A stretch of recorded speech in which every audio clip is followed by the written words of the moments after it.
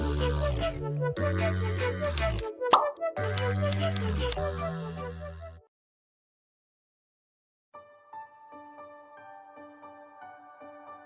hi everyone, I'm Keely Robjam. I'm a spiritual business coach. I'm one of the moderators of this group.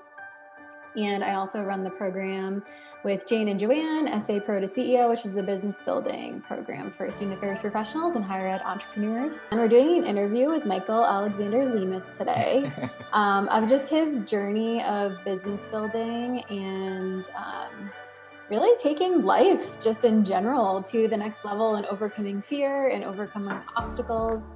So I know your story a lot, but I know that people in this group want to get to know like who you are and, you know, what was that story before you started building your business? Definitely. Well, hey everyone, and thank you, Kaylee, for having me. So excited to be here. So first off, my name is Michael Lemus, and I am the founder and CEO of Reclaiming Your Happiness with Lemus, which I'll talk about a little bit later. But basically, that's my platform and my business and what I run pretty much everything through. And really where it started, and I know there's some folks that are familiar and some folks that are not, so I'm just going to take it back to the beginning. I was in higher ed and student affairs related work for the last probably, I think 6 years.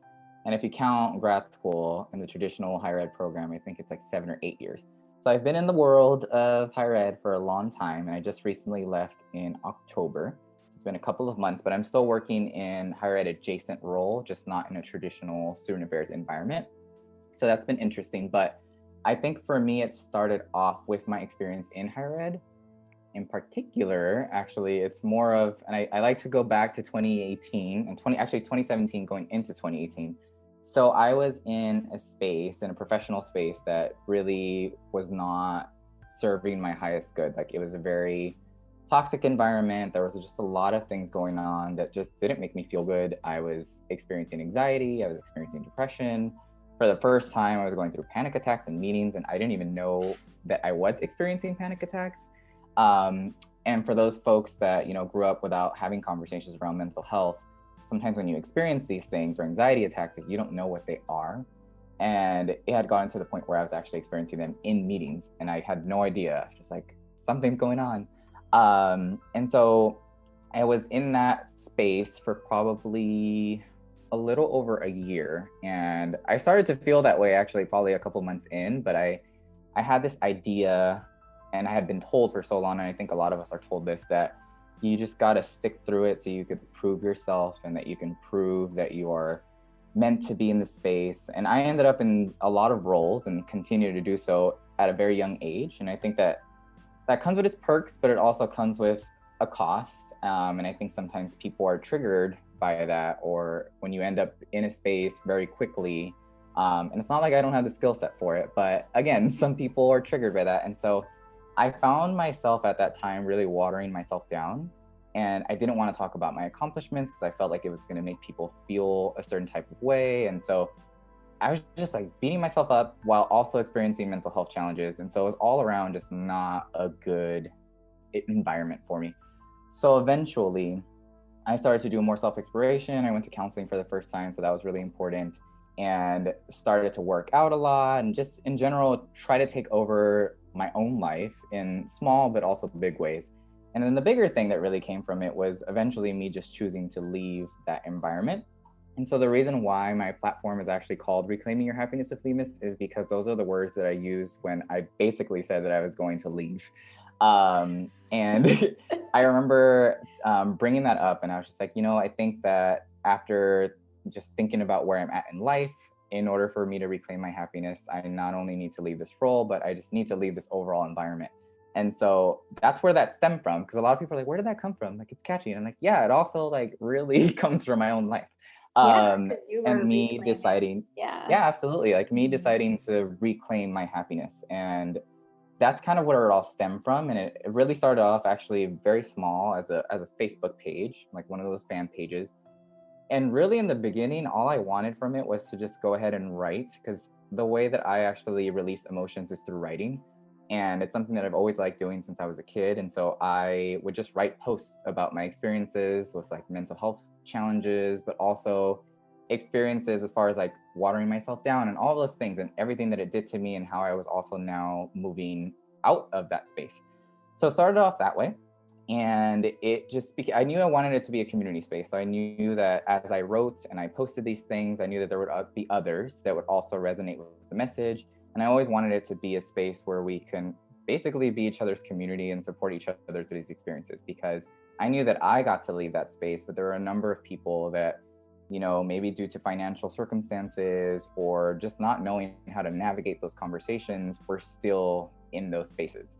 So that was August 2018. And then I was fortunate enough to be asked to go ahead and actually do an SA Speaks presentation at the NASPA Western Regional Conference in 2018. And that actually was a really big moment for me because, and for those that are not familiar with SA Speaks, it's basically like a TED Talk. So I got to do that, and it was around emotional fulfillment for us as professionals, but also for the students that we serve. And it was a very special moment because I'm someone that really believes that higher ed should have spaces for vulnerability and to have these types of conversations that not only are about us, but also the students, because ultimately we get into this work because of them.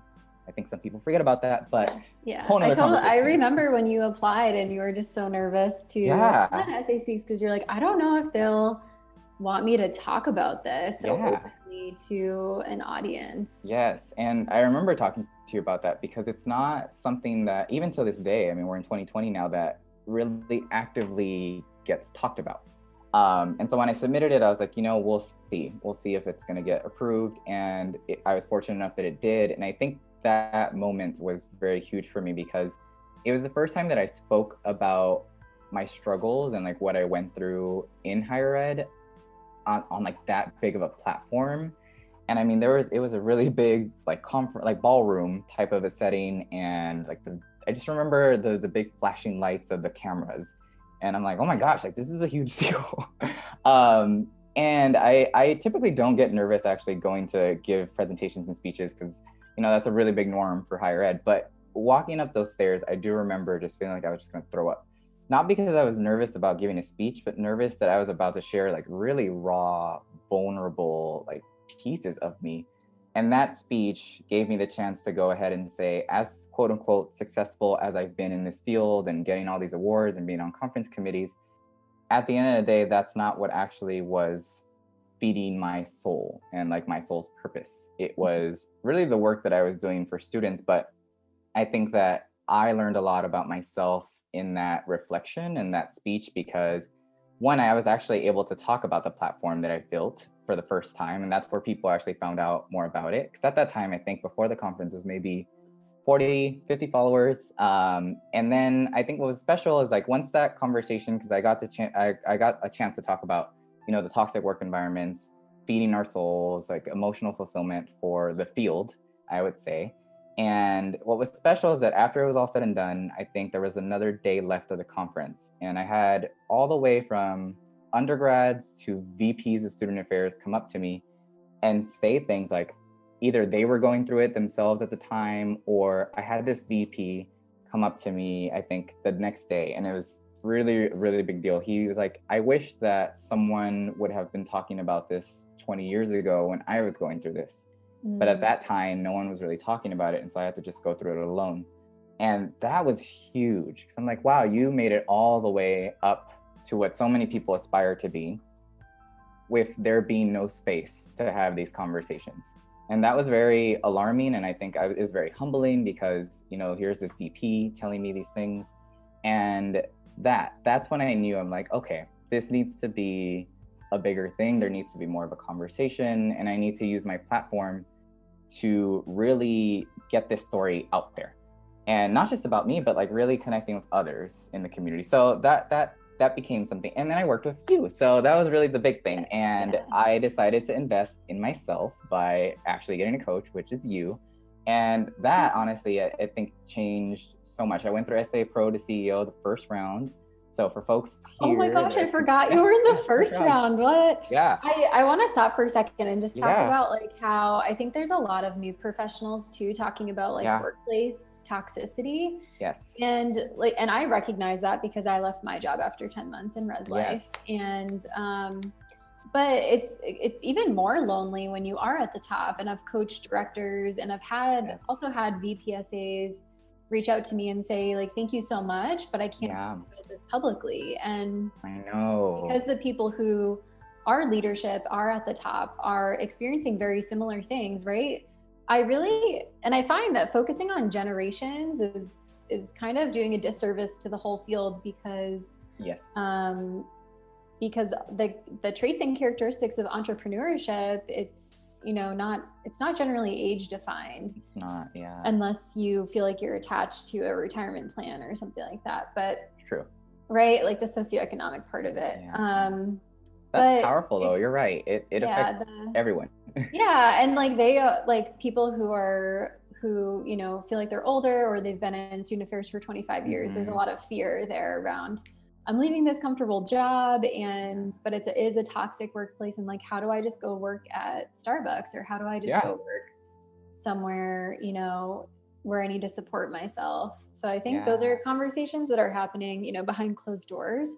But the fact that I have not been on stage yet as an entrepreneur. Yeah.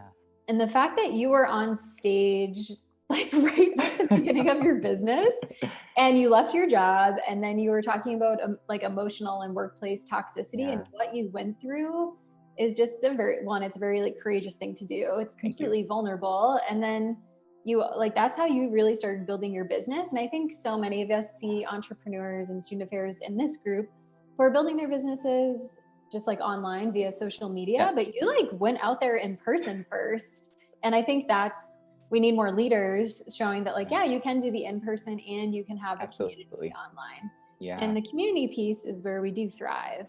Yeah, I agree. And I think that it's interesting that you mentioned that, because when I was giving that speech, a business didn't exist yet. So I didn't even know that what I was talking about was a platform at the time, because it was like 3 months in. It was, I don't think I had gone through SA Pro to CEO just yet. And so it's really interesting to look at it even that way, because I think a lot of people do it the other way around, which is, building your social media presence and then going into speaking engagements. But I think that's why I love my platform so much, is because it stemmed from the heart. It wasn't ever even necessarily meant to be a business or a platform. I wasn't seeking to get money out of it. It just happened to be that that's something that just naturally, organically happened, and there was the potential. And I think you played a pivotal role in that, because you saw the potential. For me, originally, it was like, this is a blog. And like, I mean, it's a blog. If people want to talk about it, cool. But after going through SA Pro to CEO, like that's what changed my mindset to be like, wow, like this is a thing that people want to connect to. It's something that allows you to really be cathartic and vulnerable, but it also, I think, inspires other people to do the same. And in that process, understanding like, wow, this can be a platform and something that can bring in streams of income. And I think you really helped with the worthy piece. And it's interesting because you could be very confident, but not necessarily see your worthiness. And so I think that that's kind of where I was when I was talking to you and when I worked with you, was I felt very confident in my skill set. I was like, I know that I do things really well, like I've been recognized for it, but the worthiness of making this a business, that's where I remember working really hard with you on that. It's just like, one, believing that, okay, this can be a thing. Like you can do life coaching. You've been an advisor and a counselor for years.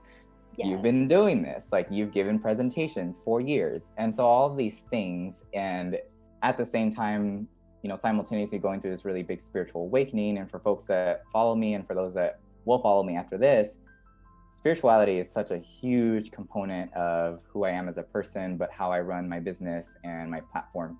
And so simultaneously, while all that change was happening, I was also really tapping within and really going to a place where I can connect to my intuition and release things out of intuition and not so much of anxiety or fear of needing to do more. And I think when you're in higher ed and student affairs, and I know you've talked about this, there is that, like, we need to go, go, go, go, go, run, run, run, run, run. And oops, I forgot to eat my lunch. It's like, Yeah. and it's just, it's not,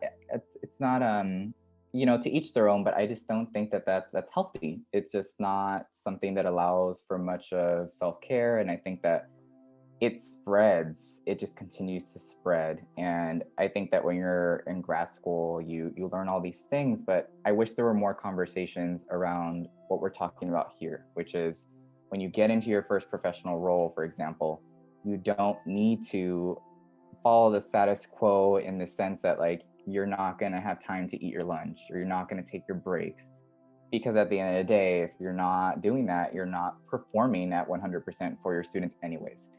So I want there to be more conversations. But I think, again, just going back to the conversation, working with you and really investing in myself. And I think when I was able to see it as an investment in myself, that's when things started to change. And that's what I work on with clients a lot, is around the worthiness piece and tapping into their own spirituality and understanding their skill sets. Because I think in higher ed, and I think that's why the higher ed entrepreneur group is such an incredible group, because it really does help people understand, hey, guess what? Like, you have all the skill set that you use every single day, and now you can use it for yourself too. And then dispelling the myth that that's self-serving, or that's because I think some people, when they don't understand it, they think like, who are you to be like launching this consulting group, or who are you to start life coaching? Like, and it's like, A, none of your business, but B, I feel worthy, and I know what I have to offer. And those that are the right clients, or as we call them, soul clients, will align with what we have to offer. And it just becomes a very synergetic type of connection where you align with the right people. And that's how I ended up finding you. And when I chose to invest in myself, I'm like, I need a coach to really start this foundation conversation. And so then I launched a business. And since then, I think a lot of things have happened. So I'll try to just summarize it. But yeah, I think part of my platform, yeah, it's a lot. Part of my platform is a business. So yes, there's a life coaching component. So I just had my first beta course run in December, which was super exciting. And it was around alignment. And specifically, that was purposefully aligned?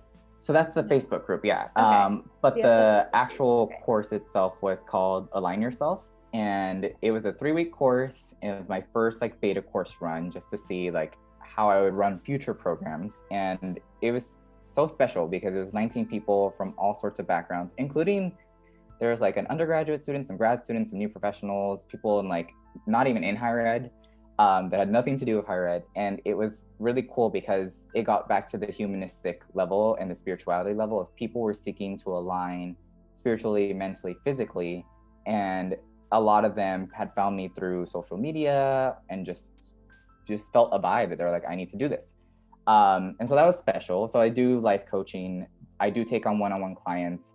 I'm noticing now, and I think me and Kaylee, like, we really talk about capacity and energy. And I think for me, I will take one-on-one clients, but it won't be as much as it has been in the past. It's going to be much more group settings, webinars, live events.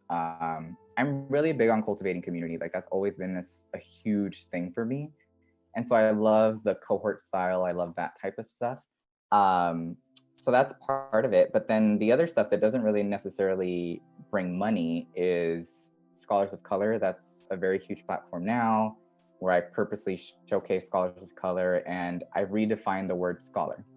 And that's been very much on purpose. And it's to basically tell the world that the word scholar doesn't necessarily have to be the traditional form of someone in higher education or a professor, or it doesn't have to be anyone in higher ed, actually. And the way that I've redefined it is, if you have something to teach the world and you have something that you want to just share that's coming from a good place, that can be considered scholarly. You don't have to be published in a book for me to consider you a scholar. If you're a spiritual healer, you practice Reiki, there's so many different things, and I am learning from you, and that's my definition of scholar. And so I've transitioned that platform where it started off as like a whole bunch of educators.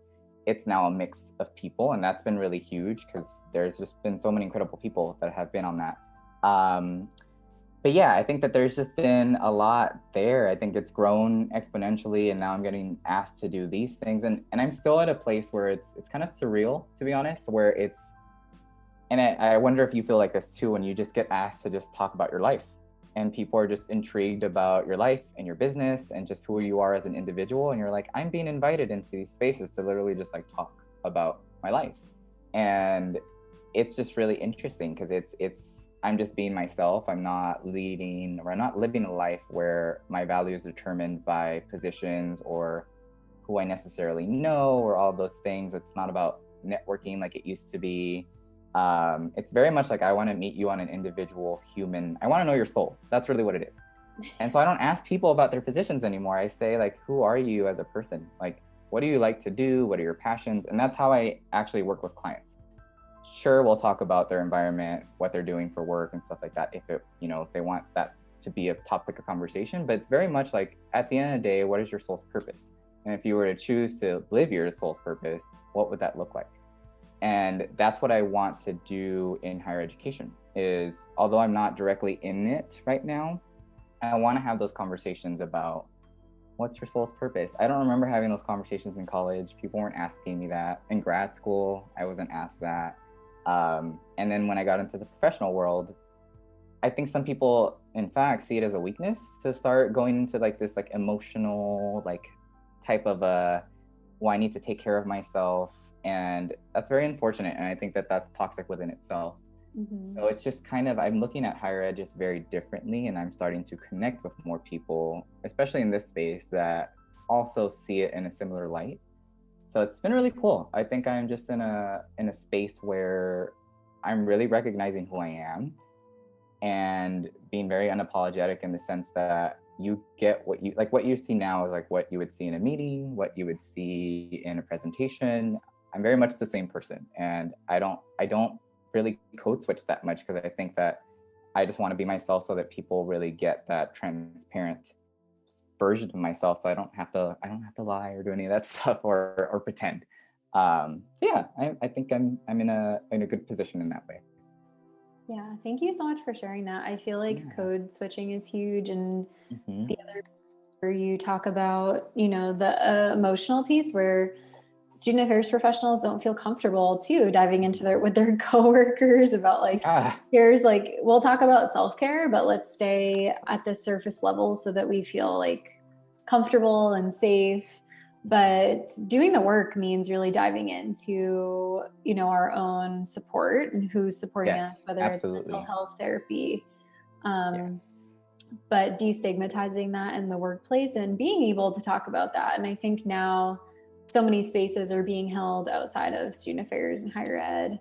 And people are just getting that emotional fulfillment outside of the workplace because their level of safety. So I think it's so important to have people like you and, your clients, I'm sure, see like so much of the benefit of having someone who they feel safe going to, talking about like, this just happened like in the workplace, or I'm having like a spiritual awakening of some sort, or my Akashic masters, like something's going on that they need to feel like valid and seen. I think, everybody wants to just be seen for who they are. And when you start owning your unique talents and gifts, you're like, oh, this is just who I am. Like, this is just my life. Yeah.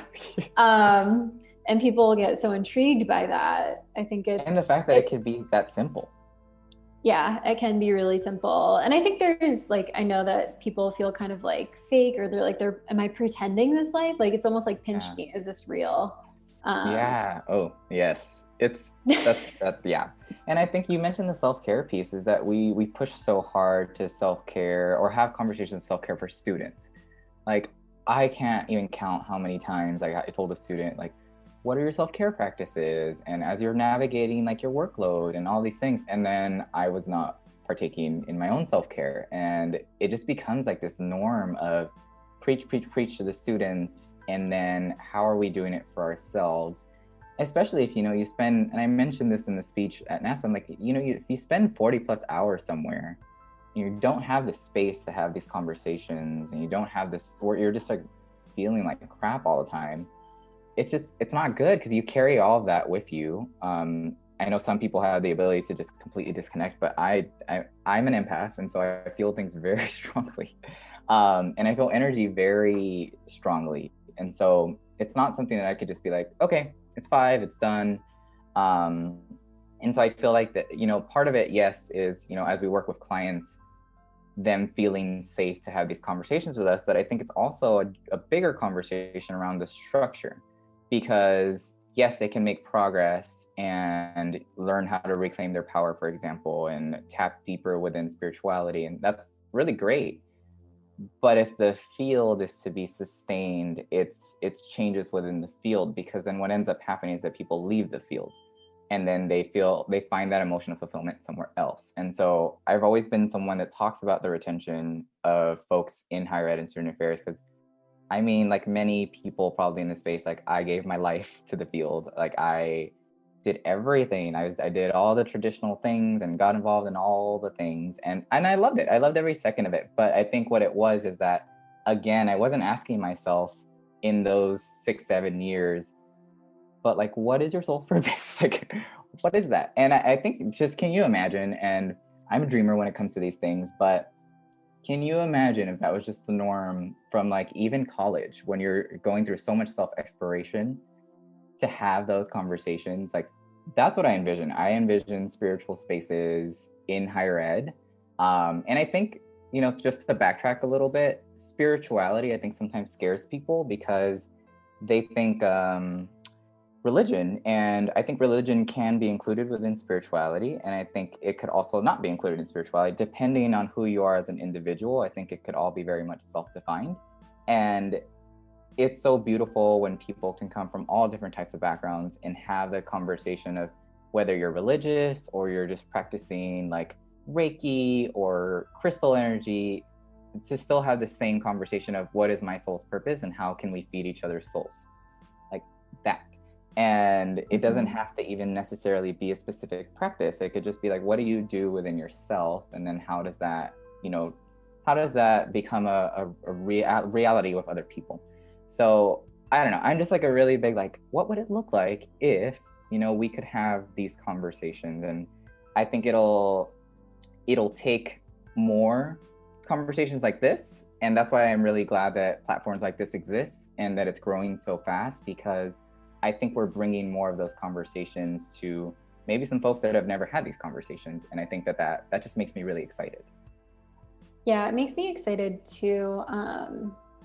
Because I know that like there's like one-off conversations at conferences. Yeah. But growing spaces like this, Yeah. and, the new Facebook group that you just created, Spirituality in Higher Education, having people just like together in community, and then eventually we're going to have to like these spaces are going to grow and be so tight knit that will have to be sponsored in some way. Yes. So I think that's also interesting. It's like as these spaces, get created, exist. It is really interesting because on LinkedIn, since building this platform and this business, it's been really interesting because you know how you get analytics and you see who's watching your profile. Y'all, if you don't know, you're looking at someone's profile, it's going to tell them. So just FYI. But it's really interesting because I've been seeing people from so many past positions interact with this new content. And it's been also just really interesting to hear from folks that I've never even necessarily have been close with, but there's something in the content or when I tell a story or something that's just that really hits them in like in their soul. And like it's really, really interesting. And I think for me in social media usage, there is this consciousness shift, and me and you have talked about this a lot, that I do think is occurring. And I think more people are wanting to become awake and to awaken to their truth and not just live this like monotonous life where they're not seeking out what makes them happy or what actually will make them feel excited to go somewhere and like work or whatever that may be. And so I do feel that that's happening. There are more people coming out of the woodwork, folks that I have known and don't know, at least in real life, that are wanting to have these conversations and tap deeper into spirituality and energy work. And I think it's really cool. I think that more people are becoming at least curious is the word that I would use, curious to what does this mean? And so when you talk about like energetic healing in your life coaching, like what does that look like? And that's very special because I think that more people are becoming just aware and it's going to continue to spread. So I think people need to prepare themselves. Yes, yeah. And I think people are becoming more aware because it's one thing to go after your happiness, but to get to the root of your happiness, it's exploring, like, obviously the way that you're doing it now isn't working out for you. So something needs to Yeah. change. And I Yes. think people see like spirituality as one, like, yeah, it's like I see like the new age movement, but Yeah. like I also see people just that reclaiming, like, what is faith mean to me, what does spirituality mean to me, Yeah. and that process is your own process. Like, you cannot Yes. monetize that Absolutely. process. You Yes. can't, you can only lead someone else as far as you've gone as a coach or a Yes. healer. So Yes. I think there's a lot to be said in that, and people are probably turning to you. And yeah, I think I just went Yeah. on LinkedIn too recently, and I posted some articles, and I got like messages like, "Wow, like you're still growing," and I'm like, Yeah. I always have to be learning as a person and Absolutely. healing Yes. my own stuff so that I can help other people heal. Yes. Yes. And I think, you touched upon this, is like student affairs professionals were so good at helping students heal first instead of themselves. But if you're not healing or doing the inner work, it's really hard to help other people perceive themselves. Yes. Um, Yes. My or you therapist can, yeah, said, have you ever heard of the wounded archetype or the wounded healer archetype? I feel like I have. So basically, and I hadn't heard this term before, and it's basically, if my understanding is correct, a lot of folks that go into like service-oriented fields, for example, are really great at helping other people, but it's so much harder for them to go within and be like, oh, did that just come out of trauma, or is that a space that I still need to heal in?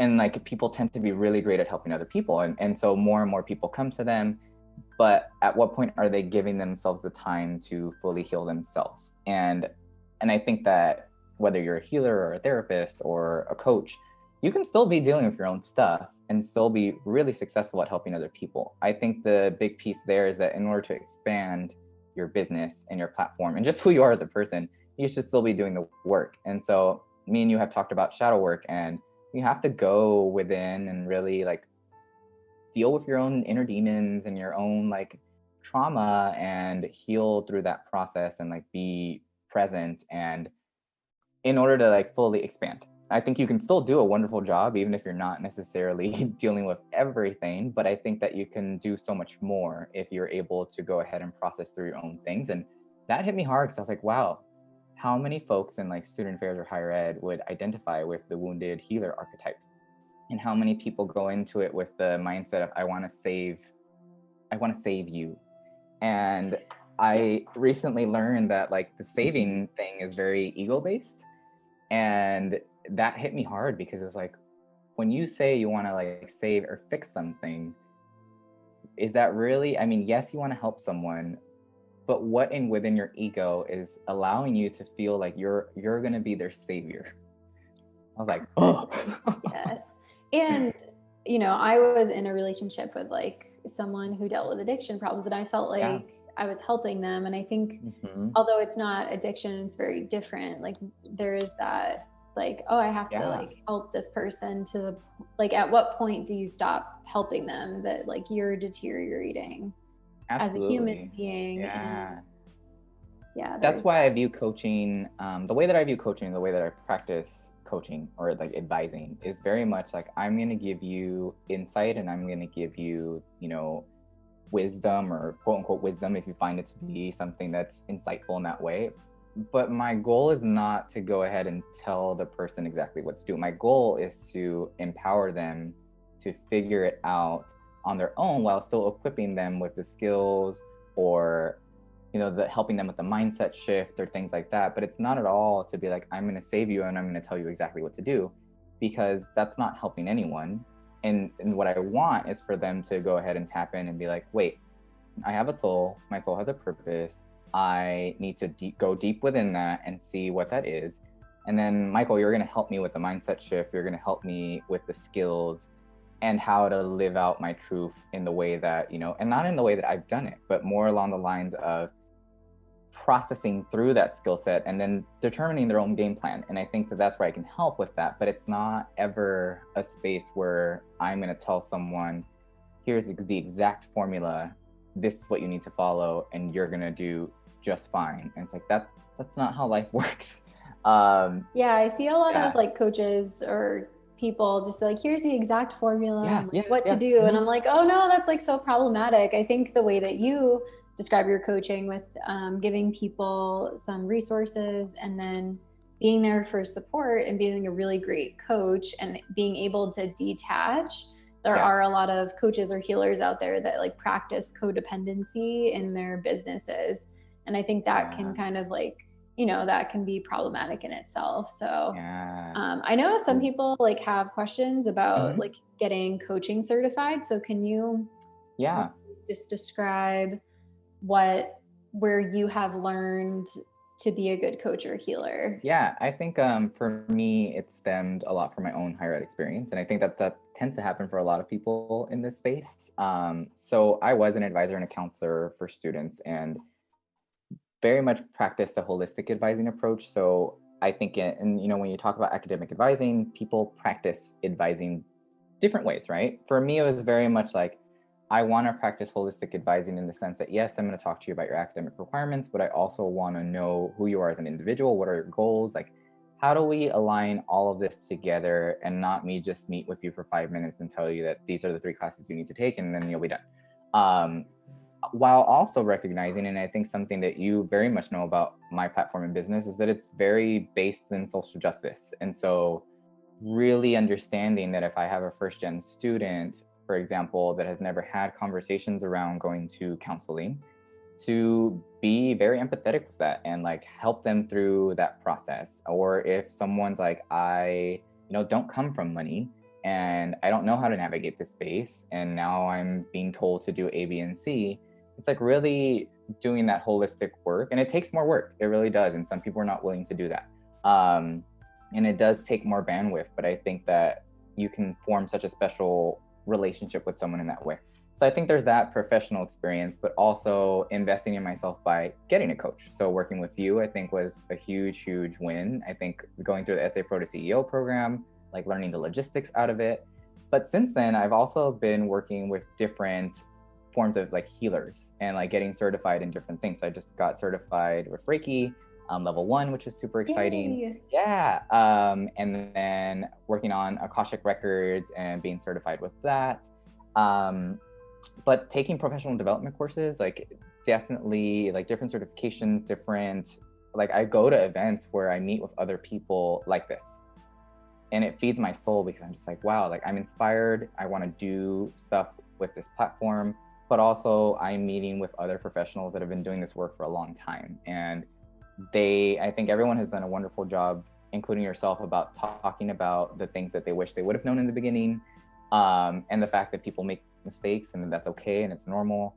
And what are the wins? What are the losses, or quote unquote losses? I think I like to call learning experiences. But yeah, I've just been like really just maneuvering and trying to invest in myself by getting that professional knowledge. I think this year I definitely want to take more courses.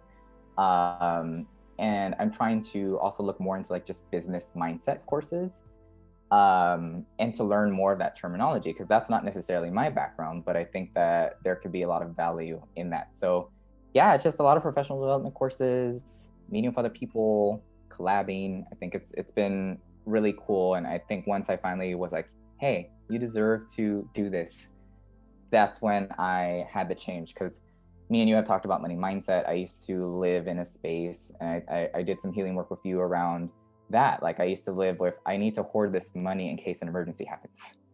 And then that wasn't telling the universe that I was ready for abundance, because I was living through fear. And so reframing all of that. And that's what's allowed me to be like, I'm gonna, spend a couple $100s on this course, but it's gonna just do so much more for me than I even know right now. Yeah, the investment piece. Yeah, I talked to a lot of people who have fear around investing. Yeah.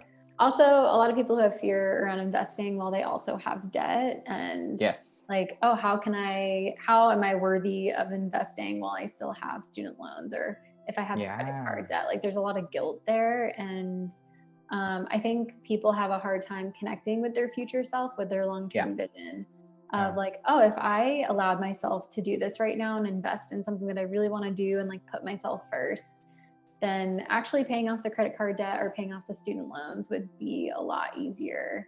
Yeah. You know, but I think that's if you're like going into service-based or like coaching, consulting type of things. But I think there's also that, like, I was a part-time nanny. Did you ever do anything part-time? I worked part-time like in college, like when I was doing part-time jobs and stuff like that in grad school. Yeah.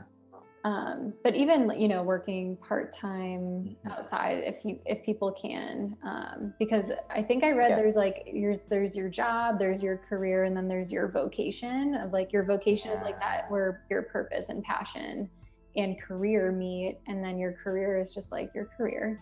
And then the job is like where you go to, and you may not get like that emotional or spiritual fulfillment, but it's just like a job. Yeah, and I think that's what's been interesting too, is that and eventually I'm doing an exploration about this myself, but how to eventually get all those things to align and it just be my normal life, like my normal day-to-day life. And because I think a lot of people live that reality. It's like, yes, I have my like 8 to 5. I also have like my side gig. I also like do concerts on the weekends. Like, you know, there's so many different things. And I think that can get taxing at some point, because not only is your mind in such different places, but it's also like the physical bandwidth of separating so much and like doing so many things.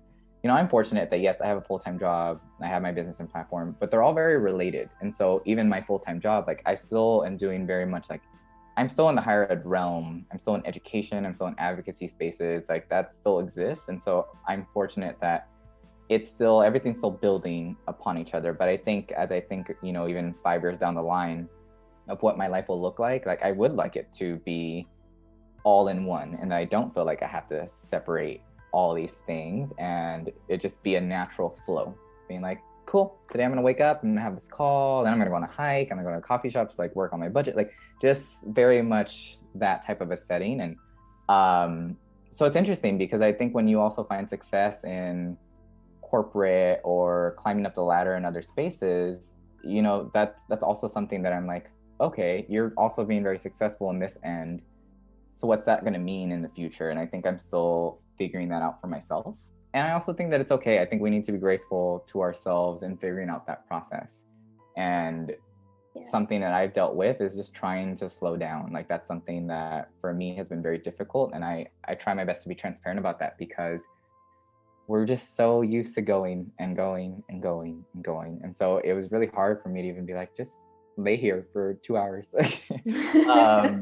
It was hard, like, and I'm really working on that, and focusing more on like my physical well-being has been something that's been a priority. And if folks do have the resources, like I think as much as we can invest in our own intellectual wealth, there's something to be said very much about your physical health and what are you consuming every day. And for me, like I have a therapist now, I have a holistic trainer that we're doing physical training, I have my physical therapist, like I have a team of people, like I have my Reiki healer, and it's very much like, no, I need to, if my body falls apart, then I can't do any of my other things. And that's when I learned, I'm like, oh, wow. Yeah, yes. And I've been talking to so many student affairs professionals of like people, professionals, they're people, and higher ed people who like really struggle with putting themselves first and being like, well, I don't have a therapist and I don't have a Reiki healer and I don't have like, you know, all these things. And I'm like, but you could.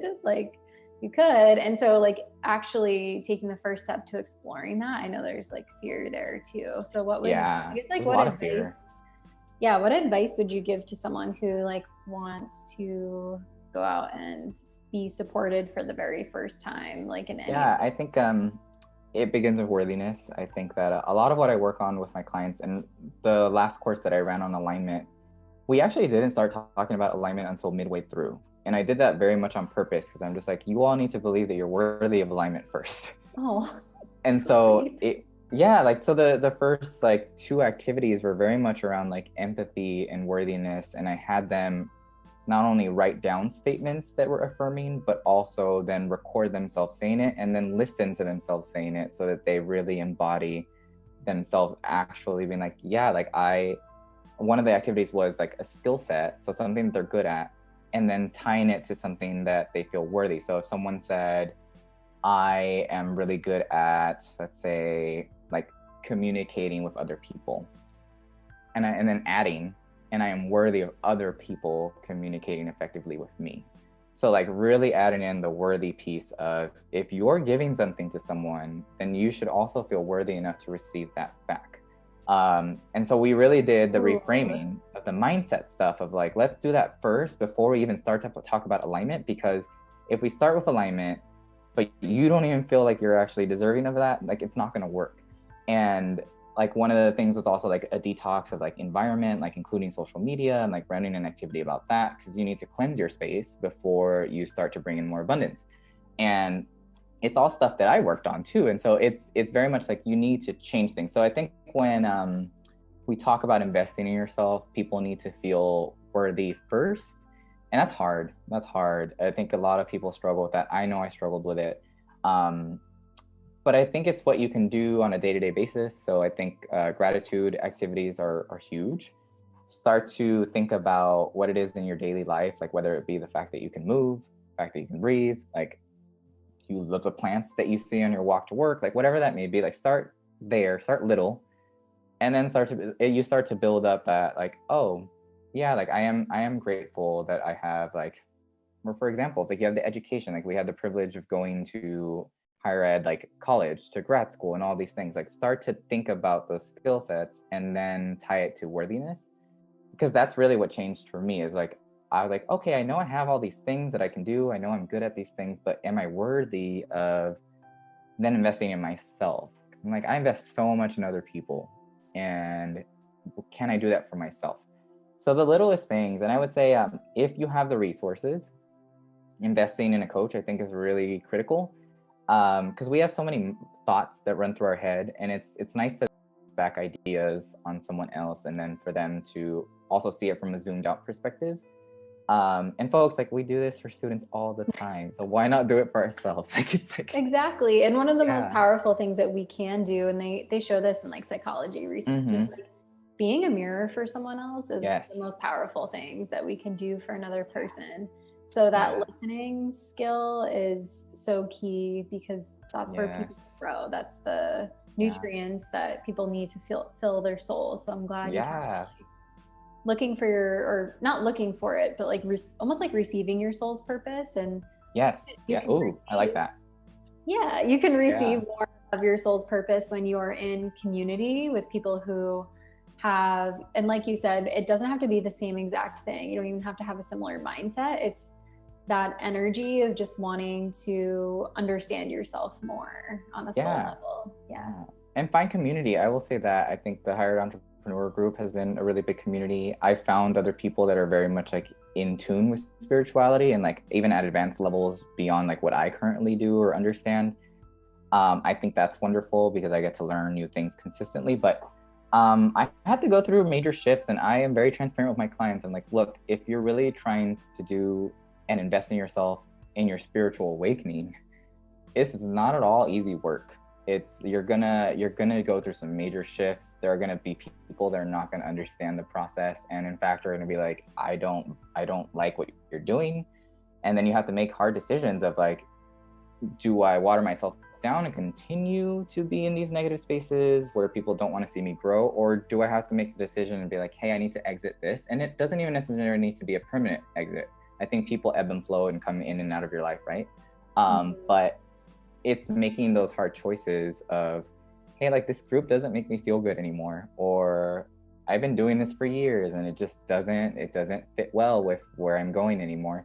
And those are hard things. And I think that when people, and I've talked to you about this a lot, but in spirituality, I think people are like, I'm just going to cleanse all the negative vibes away. And it's like, yes, you could do that, but it's not necessarily going to do, like you play a huge role in what you receive. And I'm a really big believer in that. So you cleansing your space with a bundle of sage isn't necessarily going to fix all your problems. It's not, because it's like, what are you projecting out to the world? Because the mirroring process works in that way. Like what you project out into the world is what you will also receive. And I think that that's the difficult part for some people, because they're just like, why do all these bad things keep happening? Or why are all these like crappy people around me? And yeah, some people like, we can't control that, but we also do have a lot of control, and it's really taking life by the horns and being like, no, but this is my life. And so I have the ability to construct my environment and to receive the abundance if I simply just say yes to myself. And so that's the thing that I've been exploring more with people is what happens when you just say yes to you. I feel like I could I have some more conversations. I want to have you back on to talk about maybe receiving and letting go, and really how the process of like gaining control is letting go. It's almost this opposite. Yes. So people who really have a tight grip on life have a hard time getting promotions, have a hard time building their business, have a hard time receiving money.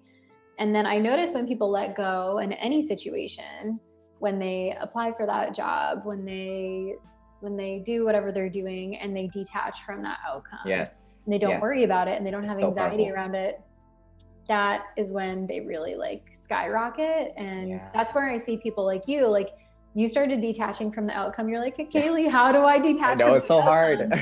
And I think people call this like manifestation in some spaces, and that's like the co-creating with your own energy. I really think that's all that it is. And it's how can I let go like a little bit more around an expectation so I can allow something better to come in, rather than being like, if this doesn't happen, it's like a constricting energy. If this doesn't happen, then I'm not going to have enough, and it's not going to happen. And we can feel the spiral in our bodies, and we can feel the spiral in our mindset of, okay, this now that this isn't like you've already decided for yourself. So I think working with a healer, working with a coach is really helpful to see that like you are in a negative thought pattern with yourself. And then also doing the healing and embodiment work within, so that you don't feel like you're attracting these experiences to you, because for most of us, it's not our fault that we learned to think this way, but we do have control over removing social media, not watching media for a short amount of time to regain our mental health back.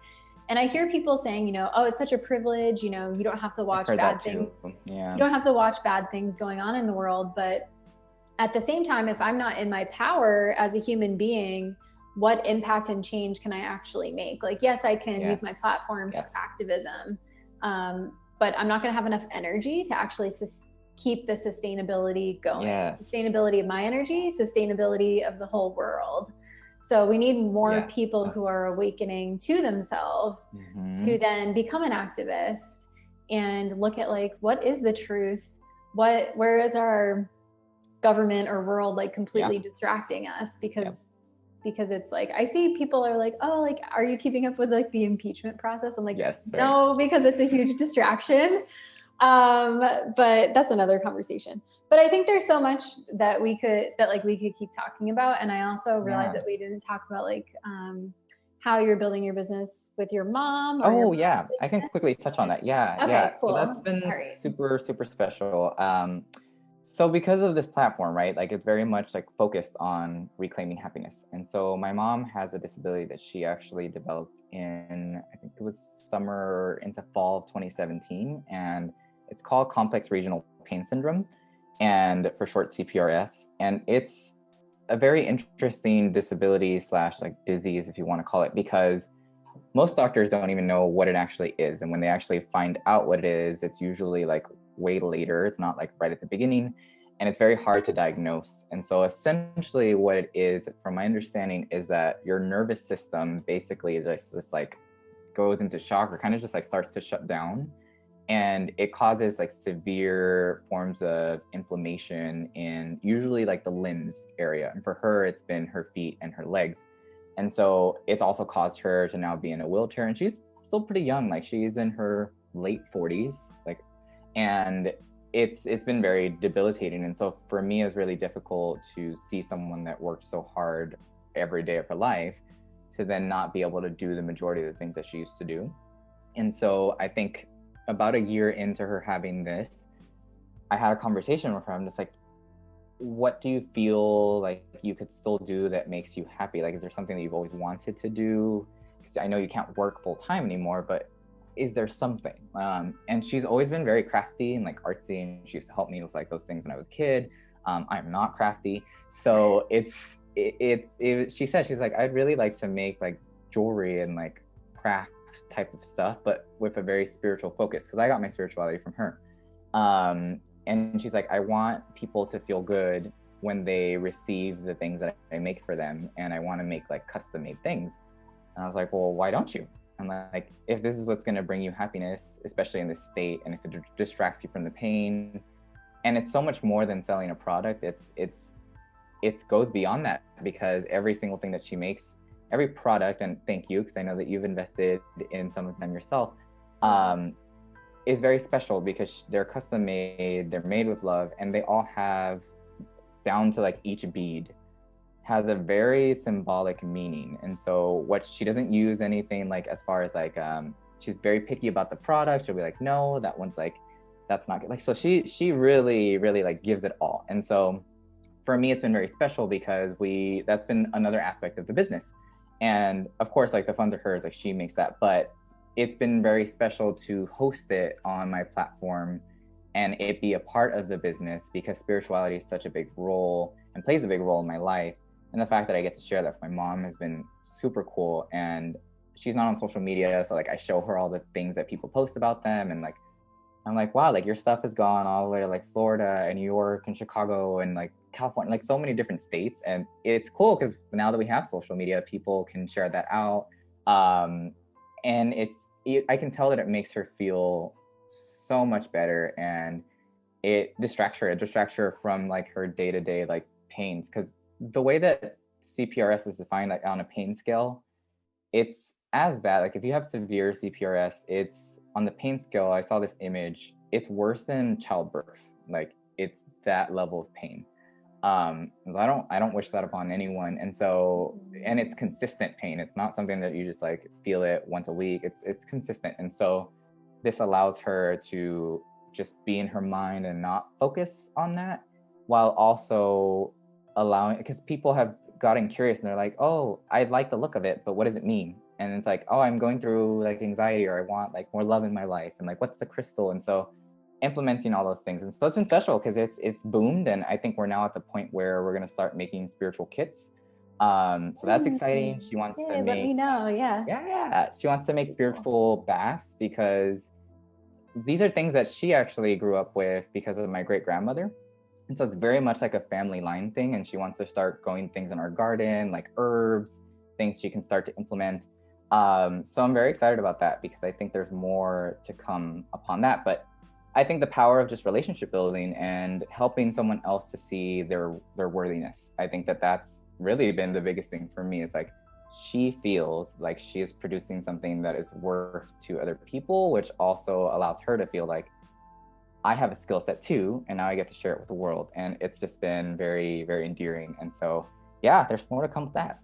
I know I like almost started to cry earlier when you were just talking about your own business, but now I'm like tearing up, because I know just the fact that you're able to support your mom, and then also just like see her flourish, like when she feels pain.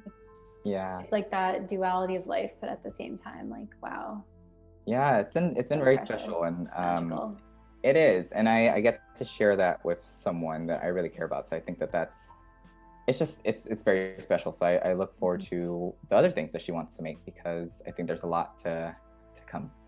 That's so amazing. Well, we'll make sure to drop the link here. Thank you. For your mom's business and your business and all the great things that you're doing, and tagging the groups that you're a part of, so that people can go check them out too. Yeah, as always, I'm so excited. Thank you. We'll have you on the podcast too. Yes. Because I think we could dive deeper into some of these topics, but this is a good like intro to get to know you and how you really like grew your business over the past couple of years. Thanks for having me, and thanks for the invite. I'm always happy to be in the space. Yes. Okay. Awesome. All right. Michael, we will catch you soon. Of course. Okay. Have a good Sunday, good weekend. Bye everyone. Thank you for joining us. Bye.